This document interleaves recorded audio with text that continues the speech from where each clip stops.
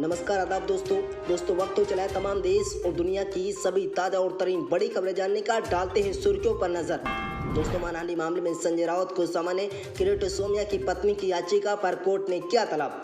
दोस्तों, राष्ट्रपति चुनाव में मतदान के लिए कांग्रेस विधायक कतार में नहीं हुए खड़े, भाजपा विधायक ने जताई आपत्ति। दोस्तों, अब 1 किलो आटा, दाल, चावल, कुछ भी लो पैकेट में लगेगी जीएसटी। दोस्तों, थार बस हादसा, महाराष्ट्र सरकार ने 10-10 लाख रुपए देने का किया ऐलान। दोस्तों, राष्ट्रपति चुनाव के बीच यशवंत सिन्हा का बड़ा बयान, सांसदों विधायकों से कह डाली ये बड़ी बात। दोस्तों, इस राज्य में भाजपा के लिए सिर दर्द बन सकते हैं केजरीवाल, चुनाव में आए चौंकाने वाले रिजल्ट। दोस्तों, प्रयागराज में महाअधिवक्ता कार्यालय में लगी आग की आंच राजधानी तक पहुंची, सीएम योगी ने दिए जांच के आदेश। दोस्तों, बात करेंगे इन सभी खबरों की एक एक विस्तार से, लेकिन दोस्तों खबर जानने से पहले लाइक कीजिए इस वीडियो को, चैनल को सब्सक्राइब करें और पास में लगे बेल आइकन को दबा लें ताकि तमाम देश और दुनिया की सभी ताज़ा और बड़ी खबरें आपके पास सबसे पहले पहुंचे। जी हाँ दोस्तों, पहली बड़ी अपडेट आ रही है, आपको बता दें, मानहानि मामले में संजय राउत को सामान्य किरीट सोमैया की पत्नी की याचिका पर कोर्ट ने किया तलब। जी हाँ दोस्तों, आपको बता दें, मानहानि के एक मामले में राज्यसभा सांसद शिवसेना नेता संजय राउत को मझगांव मजिस्ट्रेट कोर्ट ने समन भेजा है। कोर्ट ने राउत को 6 अगस्त को पेश होने और बयान दर्ज करवाने का आदेश दे दिए हैं। दरअसल ये याचिका भाजपा नेता किरीट सोमैया की पत्नी मेघा सोमैया की ओर से दायर की गई थी। उन्होंने संजय राउत पर मानहानि का मामला दर्ज कराया था। दोस्तों, मेघा सोमैया ने अधिवक्ता गुप्ता और लक्ष्मण कनाल के माध्यम से दायर अपनी शिकायत में दावा किया कि राउत ने उनके और उनके पति के खिलाफ कुछ सार्वजनिक शौचालय के निर्माण पर रखरखाव पर 100 करोड़ रुपए के घोटाले के शामिल होने का आरोप लगाया था। अब उन्होंने ये आरोप पूरी तरीके से निराधार बताया है। उन्होंने संजय राउत पर मानहानि का बड़ा आरोप लगाया। जहाँ दोस्तों के लिए बड़ी अपडेट आ रही है, आपको बता दें, राष्ट्रपति चुनाव में मतदान के लिए कांग्रेस विधायक कतार में नहीं हुए खड़े, भाजपा विधायक ने जताई आपत्ति। दोस्तों, आपको बता दें, मुंबई 18 जुलाई महाराष्ट्र के भारतीय जनता पार्टी भाजपा विधायक बबन राव लोणीकर ने सोमवार को राष्ट्रपति चुनाव में मतदान के लिए कांग्रेस विधायक नितिन रावत के यहां विधान भवन में कतार नहीं खड़े होने पर आपत्ति जताई है। दोस्तों, लोणीकर ने कहा कि वे निर्वाचन आयोग से रावत को वोट अवैध घोषित करने की अपील करेंगे। देश के अगले राष्ट्रपति के चुनाव के लिए विधान भवन में केंद्रीय सभागार में सुबह 10 बजे मतदान शुरू हुआ। मतगणना शाम 5 बजे तक चलेगा। लोणीकर ने विधान भवन परिसर में संवाददाताओं से कहा है कि नितिन राउत मतदान शुरू होने से पहले केंद्रीय सभागार पहुंचे थे। लोणीकर ने कहा कि हमारी तरह कतार में खड़े होने के बावजूद ये सीधे वोट डालने के लिए अंदर चले गए, ये अस्वीकार्य है। मैं भारत निर्वाचन आयोग को पत्र लिखकर अनुरोध करना चाह रहा हूँ कि उनके वोट को अमान्य माना जाए। दोस्तों, केंद्र में सत्तारूढ़ राष्ट्रीय जनतांत्रिक गठबंधन रजक ने देश के शीघ्र संवैधानिक पद के लिए द्रौपदी मुर्मू को चुनाव मैदान में उतारा है, जबकि विपक्ष ने पूर्व केंद्रीय मंत्री यशवंत सिन्हा को उम्मीदवार बनाया है। जहाँ दोस्तों के लिए बड़ी अपडेट आ रही है, आपको बता दें, अब 1 किलो आटा, दाल, चावल, कुछ भी लो पैकेट में लगेगी भारी जीएसटी। दोस्तों, आपको बता दें, रोजमर्रा की तमाम वस्तु आज से महंगी हो गई हैं। महंगाई की मार झेल रहे लोगों के बजट पर और भी ज़्यादा भाव बढ़ जाएगा। सरकार की जरूरतें तमाम चीज़ें पर वस्तु एवं सेवा पर जीएसटी की दरों में बढ़ोतरी कर दी गई। दरअसल दही, लस्सी, चावल, पनीर, आटा और अन्य घरेलू वस्तुओं की कीमतों में आज से बढ़ोतरी देखने को मिली है। दोस्तों, अब ये साफ हो गया है कि सामान महंगे हो रहे हैं, लेकिन किसी भी वस्तु की अधिवक्ता खुदरा मूल्य MRP या मौजूदा कीमतों में कितना इजाफा होगा, ये बड़ा सवाल है। क्या अब 1 किलो आटा लेने पर भी ग्राहकों को जीएसटी देना पड़ेगा?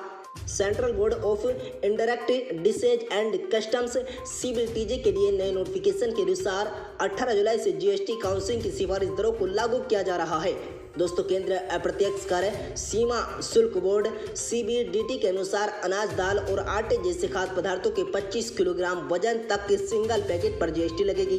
केंद्रीय वित्त मंत्रालय के राजस्व विभाग ने GST on packaged and billet की जुड़ी हुई चीजों को स्पष्ट किया है।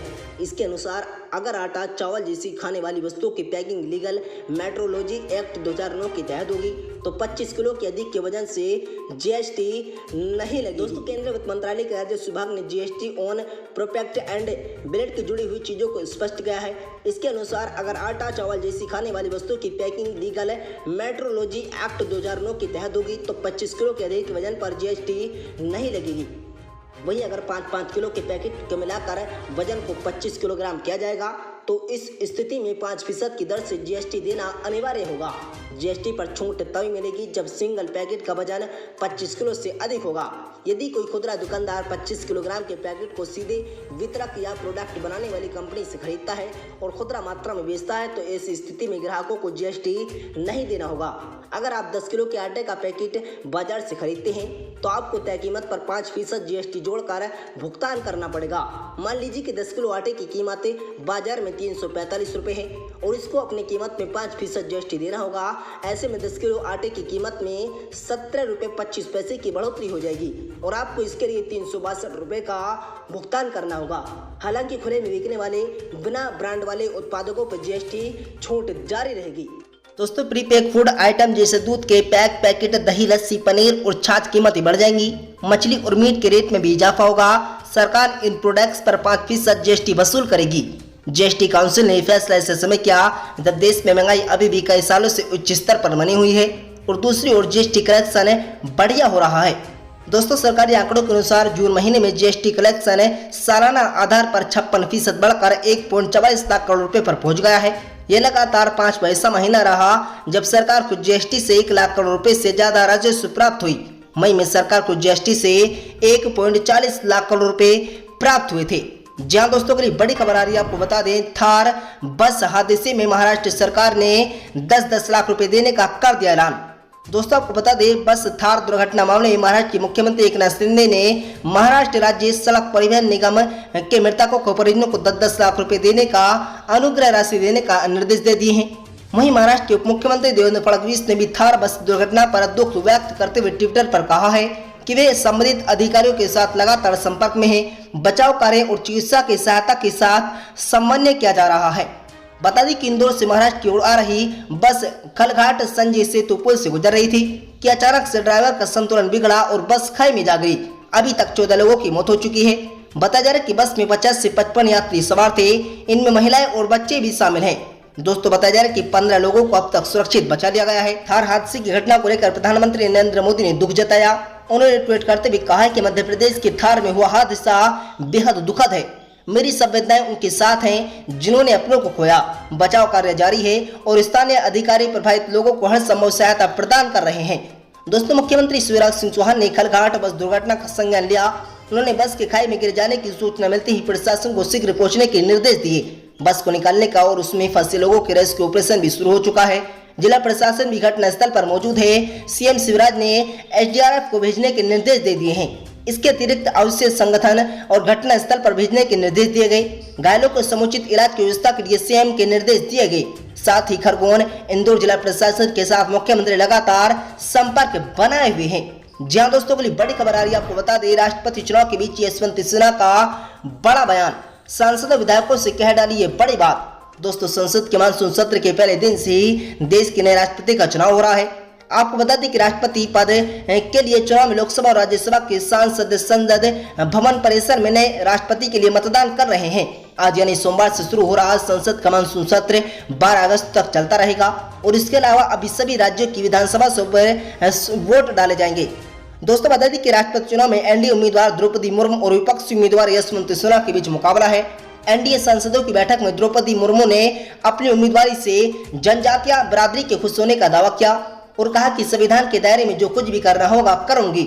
आप सभी को बता दें कि आज राष्ट्रपति चुनाव के लिए मतदान सुबह 10 बजे से शाम 5 बजे के बीच संसद भवन और राज्य विधानसभा में होगा। वहीं वोटों की गिनती 21 जुलाई को होगी, जबकि देश के अगला राष्ट्रपति 25 जुलाई को शपथ लेंगे।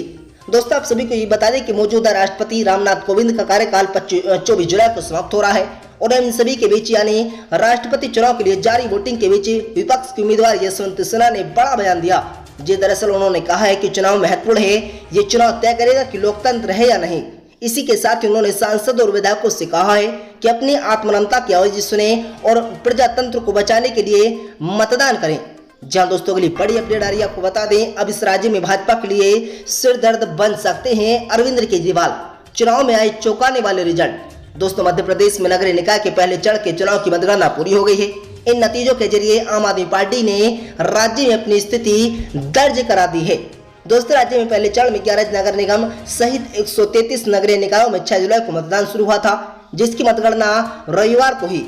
दोस्तों, सिंगरौली नगर निगम के महापौर पद पर आपकी रानी अग्रवाल ने जीत दर्ज की। राज्य में आपकी अब तक की सबसे बड़ी जीत के तौर पर देखा जा रहा है। ये आम आदमी पार्टी ने चुनाव प्रचार के दौरान पूरा जोर लगाया था और दिल्ली के मुख्यमंत्री अरविंद केजरीवाल ने भी यहाँ प्रचार करने के लिए आए थे। दोस्तों, आम आदमी पार्टी के नेता अक्षय हुंका ने बताया कि राज्य के पहले चरण के नगरीय निकाय के चुनाव में एक महापौर के अलावा 17 पार्षद पद पर इनकी पार्टी के उम्मीदवार जीते हैं। उन्होंने बताया कि ग्वालियर जिले के डबरा में वार्ड 5 एवं 12 पिछोर में वर्ग एवं 10 भ्यूतार में वार्ड 9, भिवंडी जिले के अलमानपुर के वार्ड 3, मुरैया परोसा के वार्ड 9, इसी तरह सोईपुर से ward 14, Katni Vijayraghavgarh ward 5, Shahjahanpur ward 27, Orchha ward 3, Rewa Naigarhi से 1 पार्षद और सिंगरौली 5 पार्षद 2 से जीत दर्ज की है।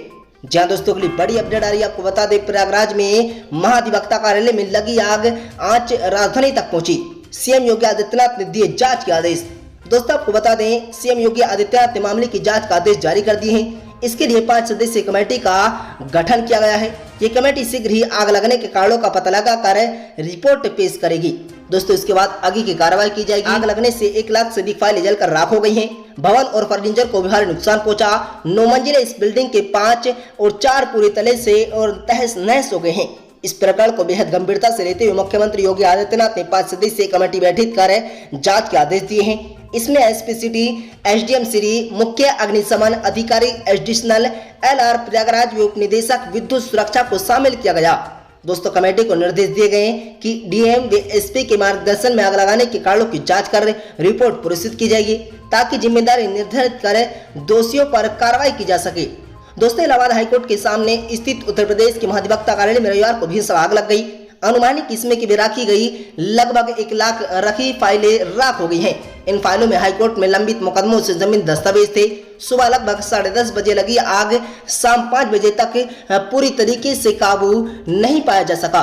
राहत कार्य के दौरान 6 दमकल कर्मी ने जख्मी हो गए हैं। आग लगने का कारण स्पष्ट नहीं हो पाया है। अनुमान है कि सर्किट शॉर्ट से ये हादसा हुआ है।